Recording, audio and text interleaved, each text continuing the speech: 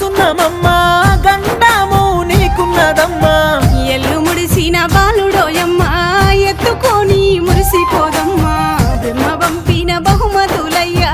పిడికిట్లా తెచ్చినాడయ్యా